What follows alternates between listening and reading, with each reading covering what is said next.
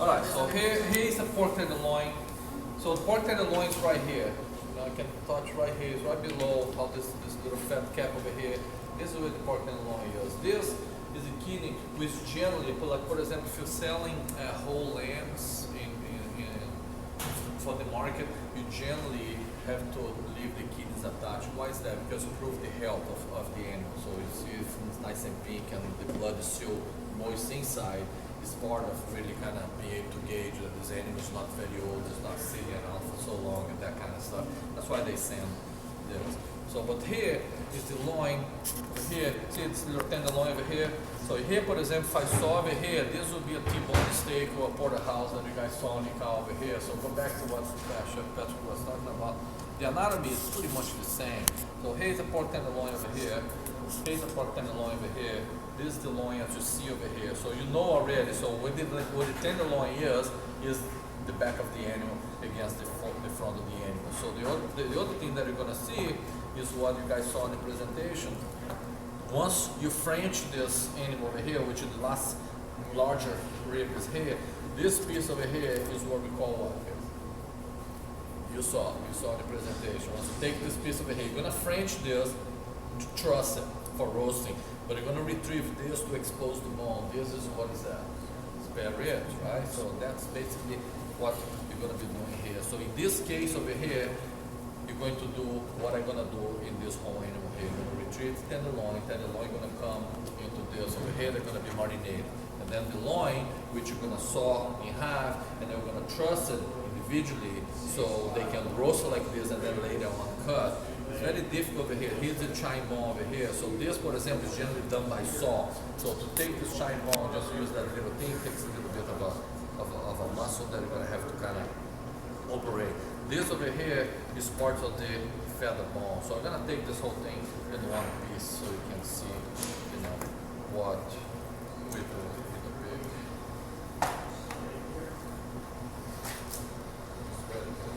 Here.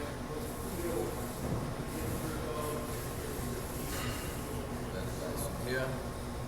Okay, so here, you know, a couple things that I do. Like I say, if this hog over here was whole, which I generally like, when I take a whole hog like this, I'll take the whole thing and I end up with the whole carcass, just the carcass alone. So I have the leg over here that I'm going to find where the little knuckle is right over here, which I generally start on the other side because it's easier to get to that than to here. And then I'm going to take the shoulder, which comes out very, very easy. You're going to see that when I cut the shoulder, you're going to open space right there. I'm going to take that whole shoulder, and then I take the meat over here that generally comes out what they call Boston buttons, as you saw. So here, I'm going to cut the trotters because I can cure the trotters and then, you know, cook the trotters with beans or whatever.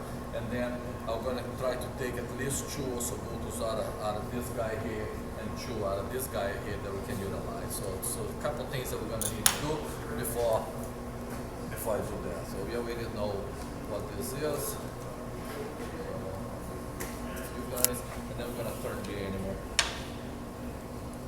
to the other side. Okay.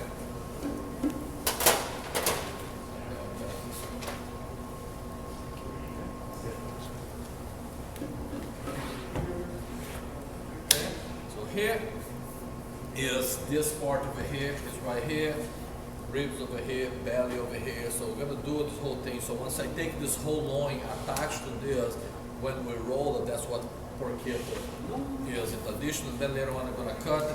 This is where you're gonna get, you know, some ribs, bacon, and all sorts of beautiful parts are gonna come from here.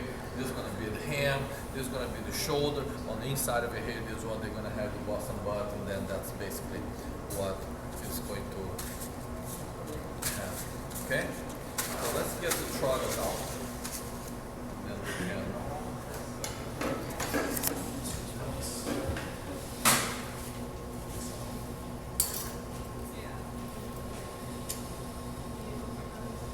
Now we go live with blade.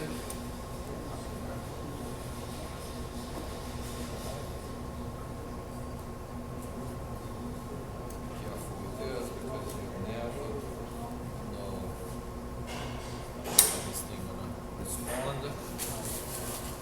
Okay, we're gonna get the chord over here, not too far. I'm gonna go above the first little joint over here. It's not enough meat, and then from this part over here, I'm gonna try to get through also. Okay, so you guys gonna hold this from falling on me. Okay.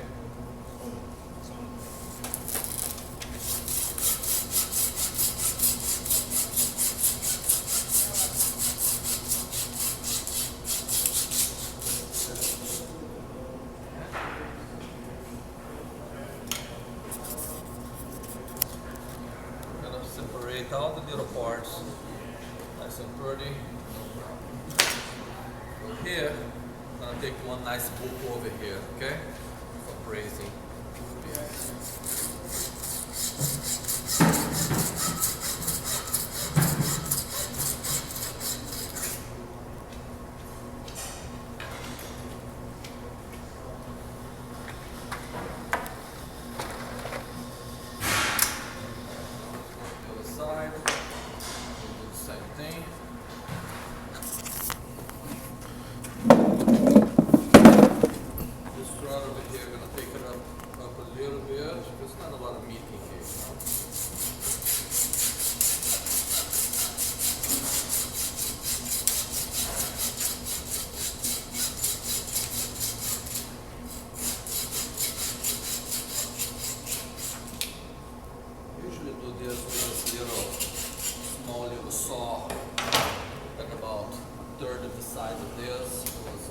$7.95, which works pretty good. This should be even comfortable.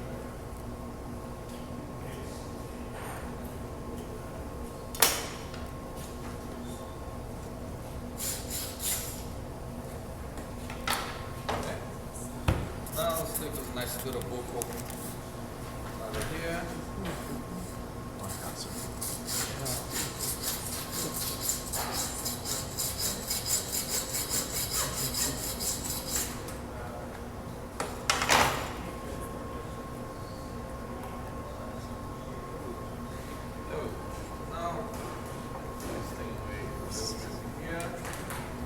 Then we can go to the other side. So here, it's pretty good. So let me use somebody steel who have wood. Okay. Go to bed. Nice.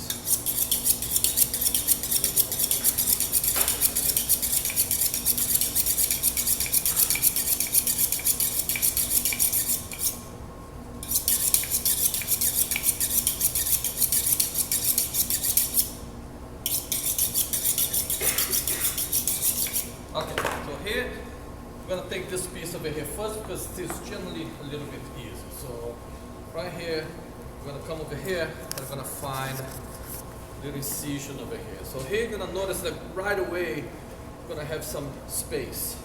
Okay? So here's pretty simple. This is the retrieving of the shoulder here. There is a shoulder blade over here that you're going to have to kind of find a way out. But if you look at, open right out, it is really good, great flavor, you know, good marbling, no problem at all. Huh? It's really good marble. Huh? And I can go all the way to the back, and right here I have a little bit of cartilage over here that I have to find underneath. Okay. Right here, see? I have a little ball over here. I can go inside and then retrieve this, or I can go all the way inside, underneath, and then retrieve over here. Okay? See how it's that piece of it that is moving? That is the shoulder blade. That's no different than on you.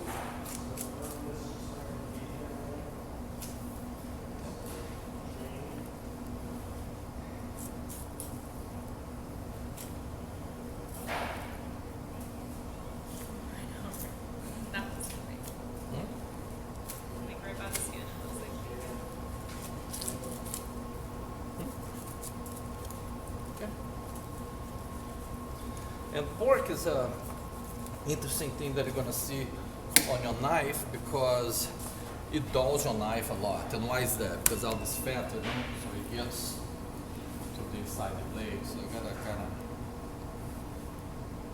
work it nice.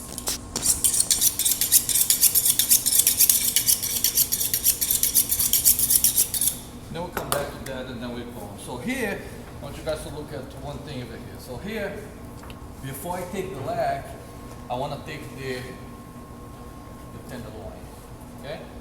So right here, tenderloin.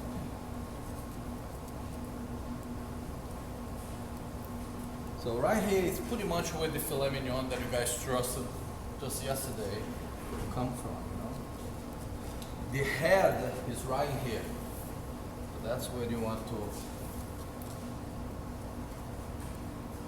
But again, go back to what I was saying. You know, if a knife is not scraping the bone, so right here I'm scraping the bone here. Okay?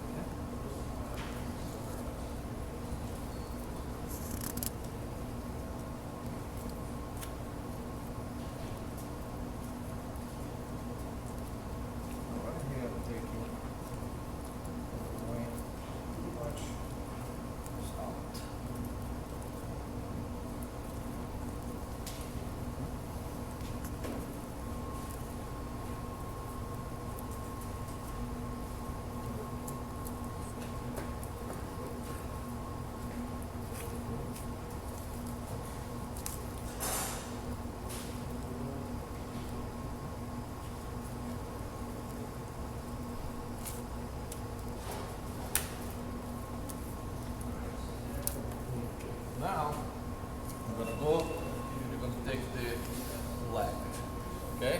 So it's again, so if you think about where you wanna go, see you have full muscle here, a little bit of opening over here. So that's where I'm gonna start, okay?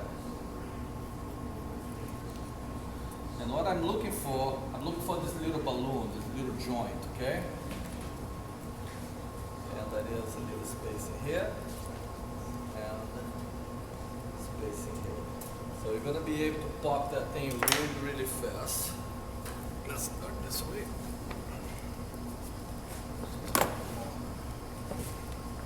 Good sound.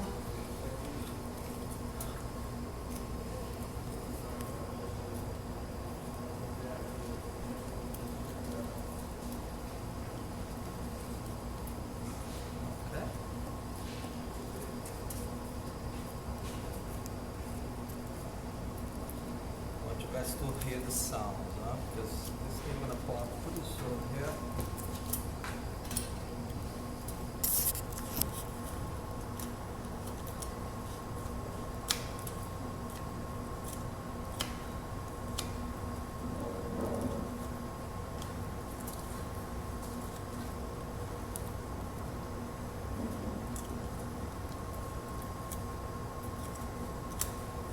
Here. Joint, right here, see? I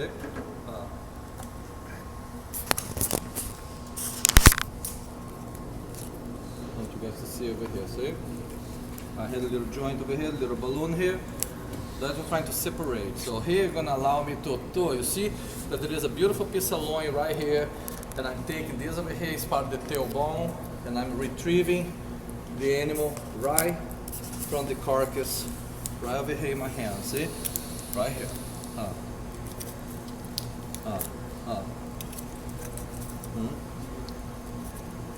See?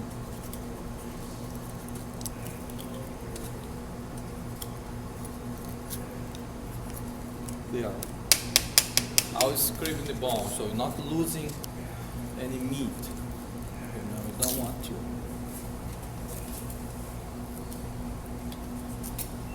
Coming right out, nice and clean, right here. So here, basically what I got, okay? So here, if I'll be taking just the loin out, I'll be cutting right over here the loin, okay? This will be the loin. I still attached to the little bit of the rib, and then the belly over here. I'm not gonna do that. What I'm gonna do, I'm gonna take out in one piece and then I'm gonna clean the meat. Okay, so here.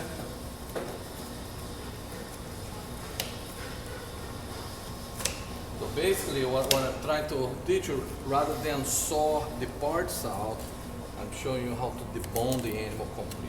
Okay, so here basically what you're gonna do. So here it's good loin, in good shape, no problem. See, right here is where I'm gonna start, right here is where I'm gonna start. Everything else is gonna be here, gonna be shoulder meat, really good stuff. And I'm just going to separate over here a little bit so we can see. Okay, and then here we're gonna cook it out. So I'm gonna start it out clean this thing from the right here, feather. Okay, so I'm working from here. Okay, so I'm gonna start it out in this bone here. So this is feather, feather, feather.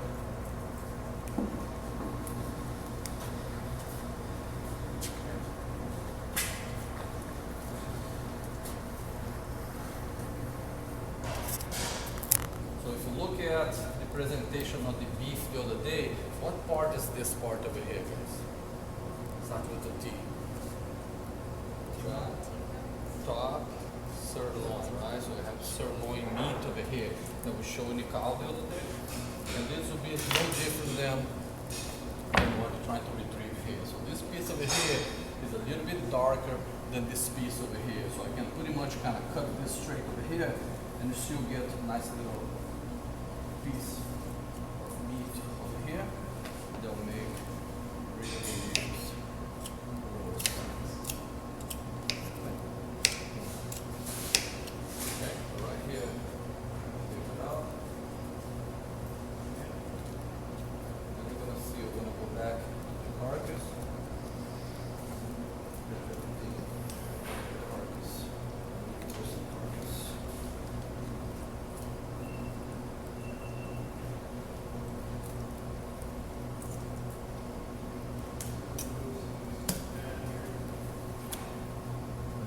Now, I can go in here and begin. So the other thing I want you guys to look at is how to start over here. So right here, for example, which I have shoulder, I'm going to that. And then again, you gotta, when you do this, if you guys gonna be playing around with the whole cutting pig in the dorm, watch, it's a lot of fat on your hands. So those little knives that you guys use becomes very dangerous because even the wood knives that have grip start to kind of slide. So those little plastic knives that you guys have with the acrylic, and that is really a dangerous piece. So we're gonna make sure that you kind of pay attention with your hands, okay? So right here, we're gonna start to maneuver this piece, okay? And I'm gonna saw this right here, okay?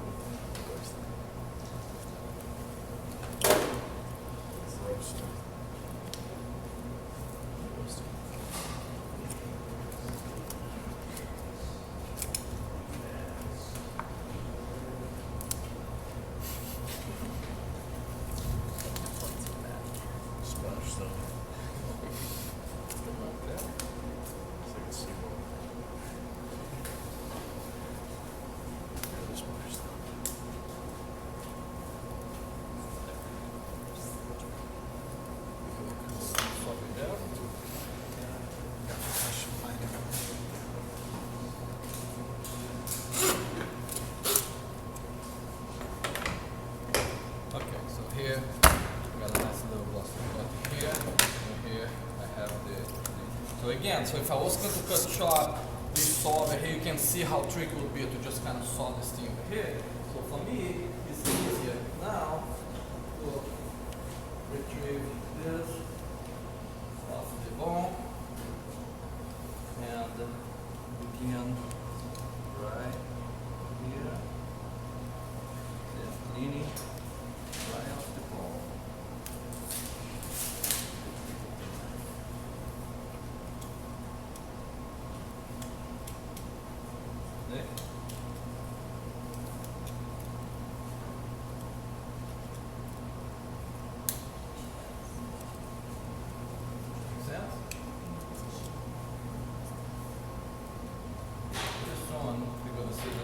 começar a maneuver. Again, if you do this overseas, you don't lose none of the little pieces that would normally get lost over here. You know? So here, still the little head that keep that tenderloin together.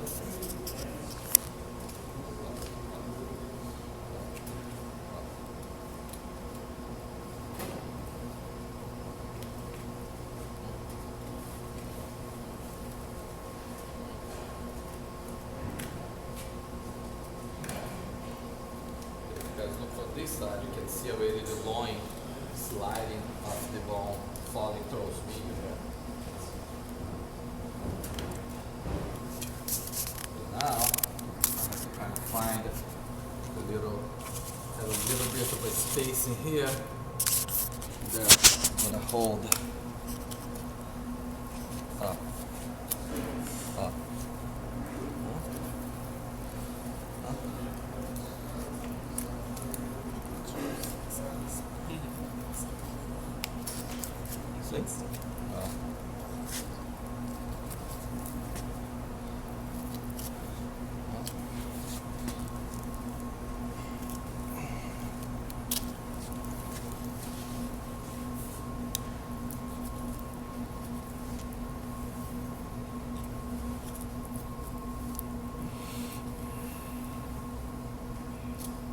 Right here, I have to retrieve the loin from the whole carcass at once.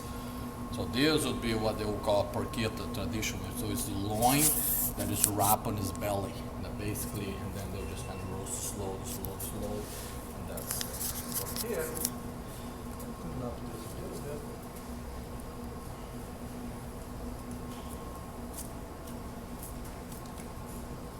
What piece of meat is here, guys, that I'm taking out right now? If this was a cow, what would we be calling this? Skirt. That's right. What's that, just like membrane that you're holding? So just kind of pulling that little piece over here, because it's out of weight, unnecessary weight, you know. Now, good shape right here. And that's why they stamp that, because it's pretty much invisible. This side. Well, here, just make sure. Yeah, that's great.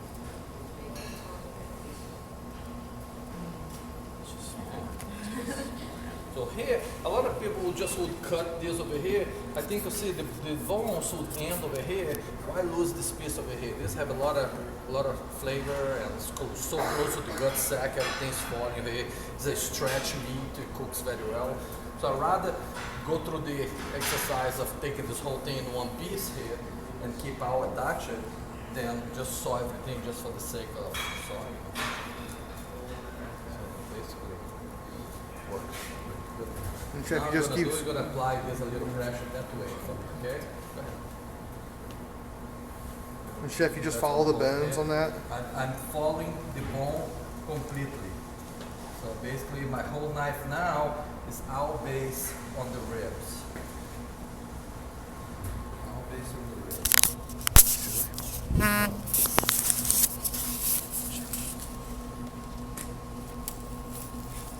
I'm scraping the rib completely.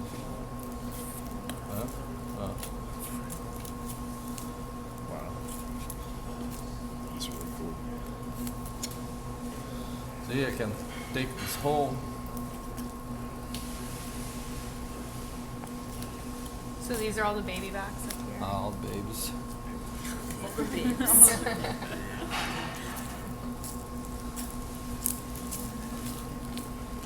Nice. Gorgeous. Oh my gosh, this looks tasty. Seriously.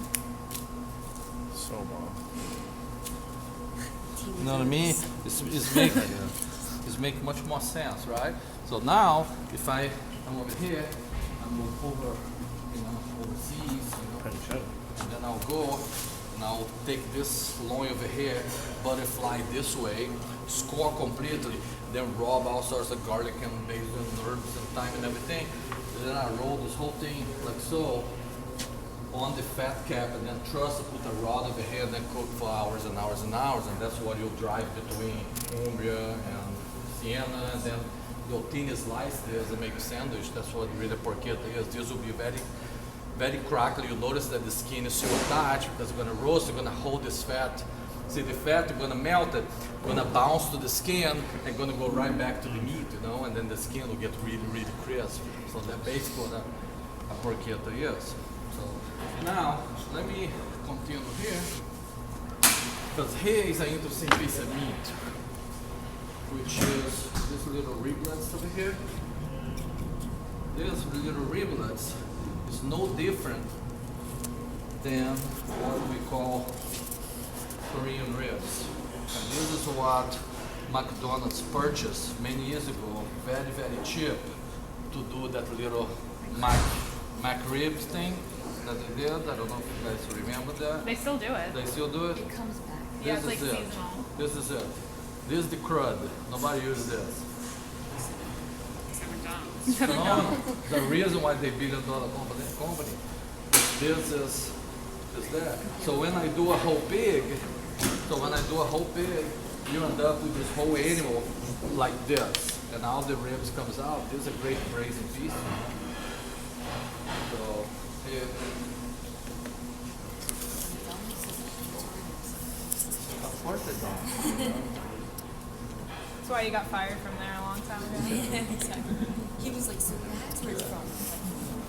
Yeah, well, when I was working mapping the batteries, I was stealing the secrets. You worked in there. He knows the secret of the dog. That's cool. I worked at fast food. It's good to know it's actually real pork, though.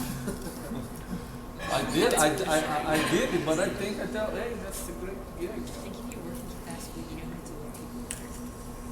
You work in So here, You know fast food, work in fast food, you know Spanish. well, I work in fine dining in California and I learned Spanish. When I learned Spanish, it killed my Italian, killed my French. So here I have a little bit of a meat over here that I like to retrieve because it's good braised meat, you know. All this little meat that comes out of the carcass over here, when I debone the shoulder, I put this meat in between, and then I rub the spice, and then we braise everything together. You know? So you end up with something that looks like this. Now this little riblet comes out. And what would you do with those if you're not McDonald's? I'll cure with our curing mix over there, and then braise it, and we'll barbecue it, make it beautiful. This is all bar food, you know. At the restaurant, I used to serve a little muse. There was a little piece of this rib just like that, you know. That's a little muse. And, I use everything, and there's also nothing go down in our kitchen. You know, that's all this is. Yeah, I like that yesterday I didn't put a single thing in compost. Yeah, it's just kind of gotta, utilize as much as you can and feel it and.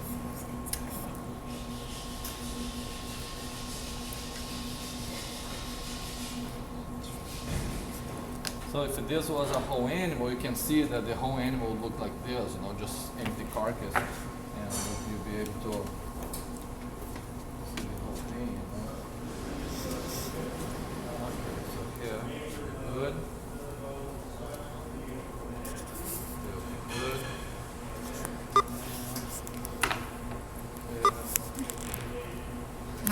Piece over here that we tasted. Piece over here that we tasted.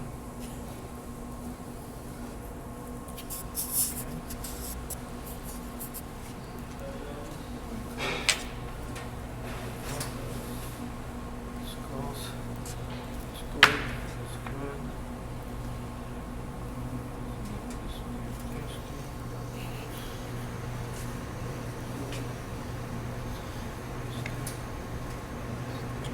Chef, is that any usable meat on the very end of the spine there? What? On the very end of the spine there? Oh, this? Over here? Yeah, that's gonna come out. It's tasty.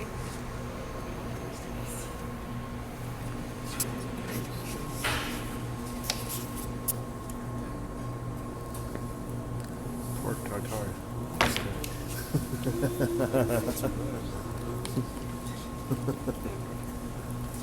you sure?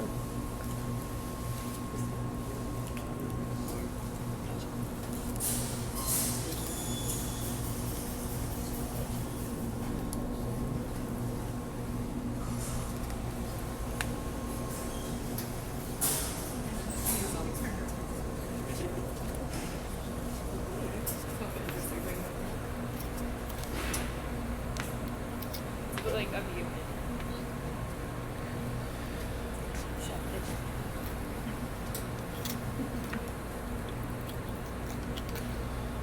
This is here. So we have a nice and clean carcass. Still have a few little trimmings that are gonna flavor the stock. So this is a roasting piece, you know, be really nice. Over here, nice camorra over here.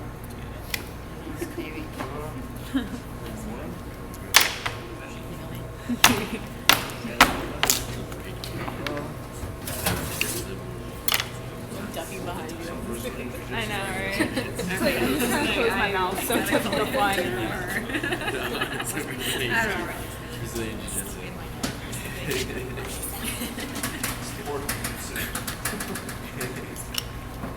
It makes sense, right? That's pretty much the move. He's got it. Sometimes they do break the pieces. Shoulders and Horse right here. Here, I'm gonna take a beautiful piece of meat. This is really phenomenal meat, you know. Yeah, but it's all about knife scraping bones. You don't want to really butcher without that sound of something scraping something else, you know. You start to lose meat very quick.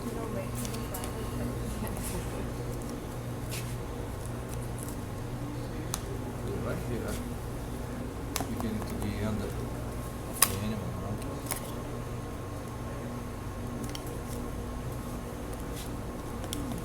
This is phenomenal meat right over here, you know. It's really great behind the neck.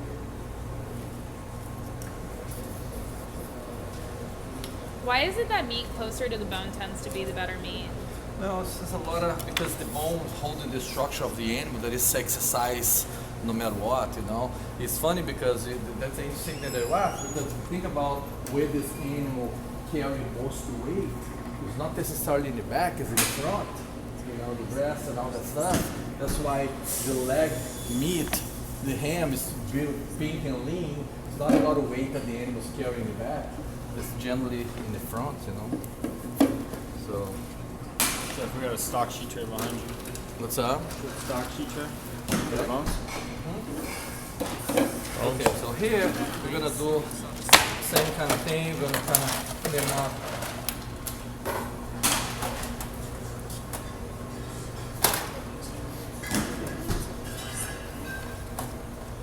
Put some meat in here.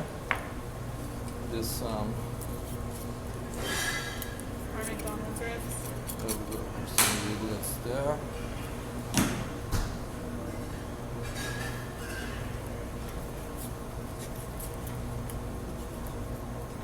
I know. But I might Here. ask.